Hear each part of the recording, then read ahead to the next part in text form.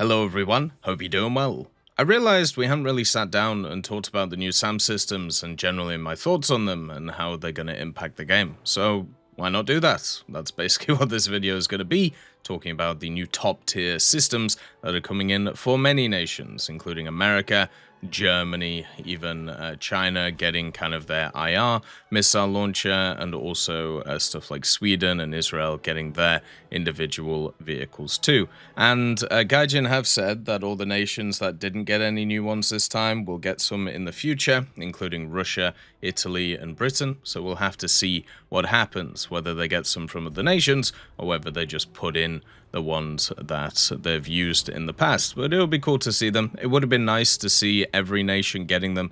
Obviously, for balance wise at top tier, it's always best when everybody gets at least something, so therefore you can kind of push towards it. So the main thing about these new SAM systems is they do positively impact the ground experience, meaning that it will reduce the amount of effect CAS has on the game, which is positive because, as you know, if you've played top tier recently, there's a lot of matches which are just horrific to play because you're generally just, enjoying yourself, going through, doing the standard, hitting stuff in the face, doing all that, and then kablowy, you just randomly get bonked from something. And as we've talked about, one of the problems that War Thunder has is it is not fun getting randomly destroyed by stuff that you cannot do anything about, and CAS is one of those things. Yeah, you can position kind of correctly to maybe block off some angles, but then they can just go above your head and guided bomb you, so it doesn't really matter, right?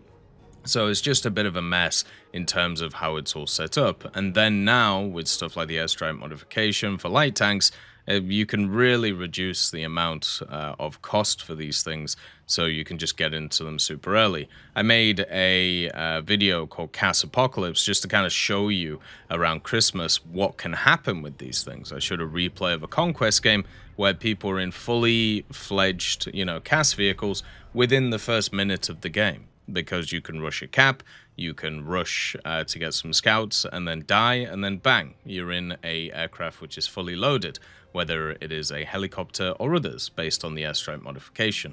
So with these multiple missile launchers coming in, the number one thing that they do is there's just going to be more missiles in the air, which just means more deterrent, which means that the CAS elements have a more limited time in terms of kind of picking their targets and going from there.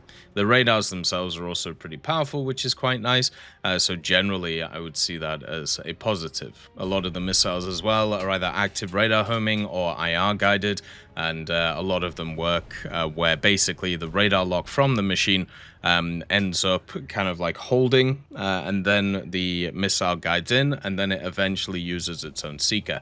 So it's not SACLOS, you don't have to guide it in like a lot of the other vehicles. Once you've fired the missile, you don't really have to do much. So it's more of kind of like an autonomous system in that way. So what you can do is you can switch between targets, you can do all of this stuff, which will be really nice. Also, it means that there will be more targets on the ground. So instead of just having singular machines, you'll have multiple machines. And as they talked about, in order to take out the set of machines, you have to hit the radar vehicle. So if you hit the launcher, that just means that you can kind of spawn another one.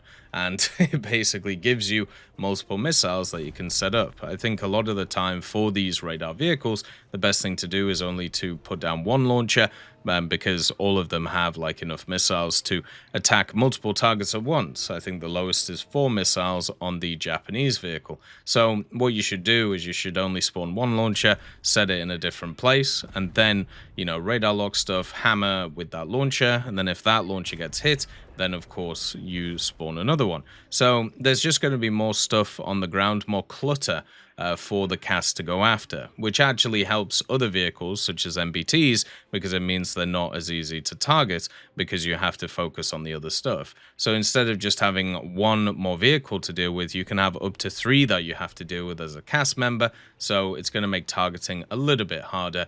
even though, as we know with CAS, what they're just going to do is just shoot at anything they see anyway, because that's what they do right now. The other thing is it's just a massive upgrade in deterrent, not necessarily kills. And this is something that I wanted to wait until they kind of quote-unquote fixed the SAM systems on the dev server for, because I knew people weren't going to take it well. So with the way that the SAM systems were last week, they were very much limited in their range. They had problems in terms of tracking. They weren't fully finished. On this dev server that we had this week, they're in a much better state, okay?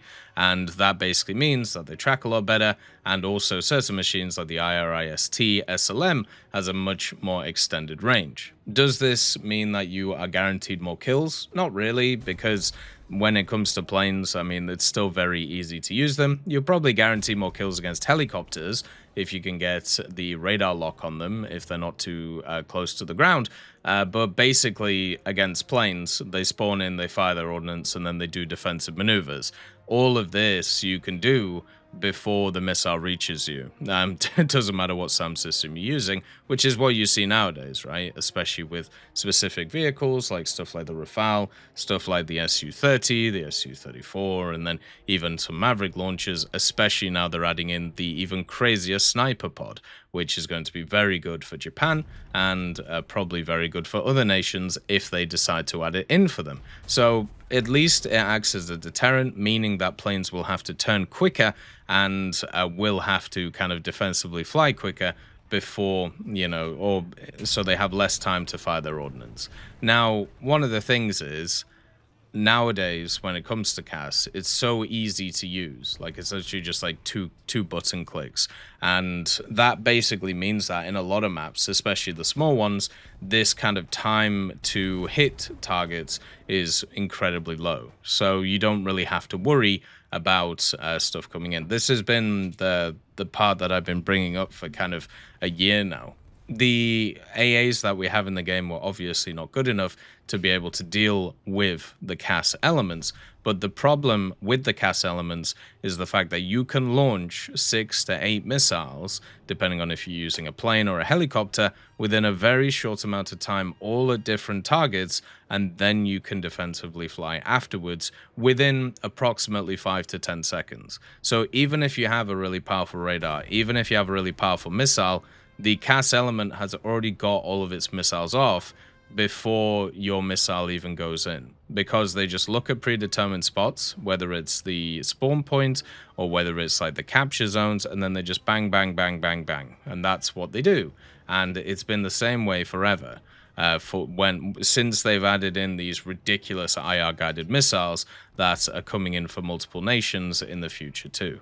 So on certain maps like Conquest maps, you see this, you know, the most, because once again, the gameplay is very linear, it's very one-dimensional, and that just means that it's just a bit of a mess. So these SAM systems, they don't stop that. As I said, the only way they do is they just add more targets to the ground to shoot at, which technically means that you have a bit of a better setup, right? And also there are other things that make CAS way too good, and that's the airstrike modification. They should have removed this a long time ago, and that is something that needs to be also talked about. The other problem with these types of radar systems is it also sets up for CAS to get even stronger.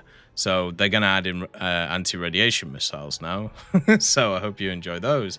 Basically a hard counter to a lot of these machines. So hopefully that all goes well for everybody who wants to play these. You'll have a great update, and then probably in September they'll probably do a trailer with the harm in it, and then it'll be like, oh, that's fun, because that's another type of like weaponry that not everybody will have access to in terms of like the actual game. So I wonder how that's going to go. That's going to be another one of those that's going to be heavily bug reported, and people aren't going to be happy with how it's implemented on any side of the board. So I'm very much looking forward to how that kind of fallout goes.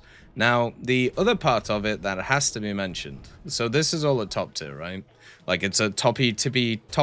It's at the highest echelon.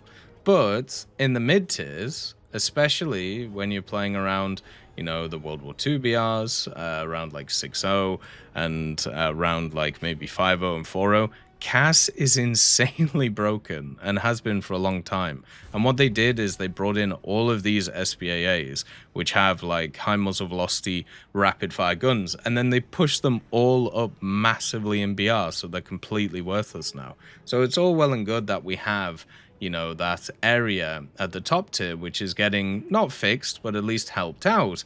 But my God, could we please have it so in like the other areas of the game that kind of need a little bit of help, could we maybe have a little, you know, like setup there? Because unfortunately, all of the changes they're bringing in doesn't help that area at all. So you're going to get smashed by all these fighters now, which all have bombs attached. You're going to get smashed by 50 cals or 20 millimeters that all got buffs over the years when it comes to their penetration. And that just sucks. The fact that you have, you know, all of these cool machines coming in, but they're not really going to affect the area of the game that the vast majority of people play.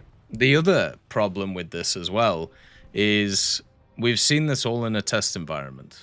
When things are in a test environment, especially on the dev server, it doesn't mimic what happens on the live server. The issue with all of these SPAAs is simple. They cannot defend themselves against ground vehicles. So, as kind of like a hidden nerf to CAS and a hidden buff to ground vehicles, it actually makes more sense for people to be in ground vehicles if the enemy team has a bunch of SAM systems. The problem is you can't count on your team having the SAM systems or not having the SAM systems. So what ends up happening is your team might end up with a bunch of SAM systems and you basically have to just go along with it and you will automatically lose the battle. Do you remember the Type 93? Like the Type 93, when it was launched, there was always like 1, 2, or 3 of them on your team at the start of the battle because people were grinding them out, they were using them to cap bases, and that's about it because they couldn't really do anything else. So what ended up happening is at the start of a battle, you were just down 3 MBTs. So you had to work very hard to win that battle compared to the enemy who were just running at you with 1,000,000 MBTs. And they would get the initial advantage because they would have more kills. And also they were able to share caps better because the Type 93s didn't just nick them and not do anything with them. Instead, you got like the spawn points on the vehicles that mattered, which then went on to carry the game. And it was a horrific experience. Well, imagine that, but you now have it for every nation. Apart from Russia, which is, and also Italy, I suppose, which is kind of wandering about. So we'll have to see what goes on with that, but that really worries me because team composition in Warthunder is pretty important, and as a second spawn or a third spawn, I feel like these SAMs are going to come in to try and kind of like sort them out. But also you're going to have a situation where you're just going to get run over because you don't have enough ground vehicles in the game. And as I said, composition in War Thunder is super important for a team, but it's also one of those things that's never really kind of, there's no way of controlling it. So it will lead more to snowballs and it will lead to more stuff just kind of going nuts. And that worries me, but we'll have to see if that actually happens or not. The main thing is there's a lot of much better machines coming in. They were needed. I don't think they'll have as big of an impact as people want them to because, as I said, the live server is not the test server, but I'm super happy to see them. And I'm really hoping that it can finally shift the battle in the opposite direction from CAS dominance. But that is a hope, not the truth. As always, I hope you have a wonderful day, and I'll see you next time. I'd just like to thank GMG Smiley, CD Beans, Chieftain Mike, EMN3 Galaxy, Tulio Pontecorvo, Brendan Quinn, Carrion Crow, Gus Irenicus, Pyman, Warthunder, Teddy, Daniel Stanton, Martinez, B. Young, Ozzy Panzer, Alan Hacker, Liam Shear, Opium Prime, Lafouche, Sem, Aslan, Uncle Bean, and Derek R. for supporting the channel.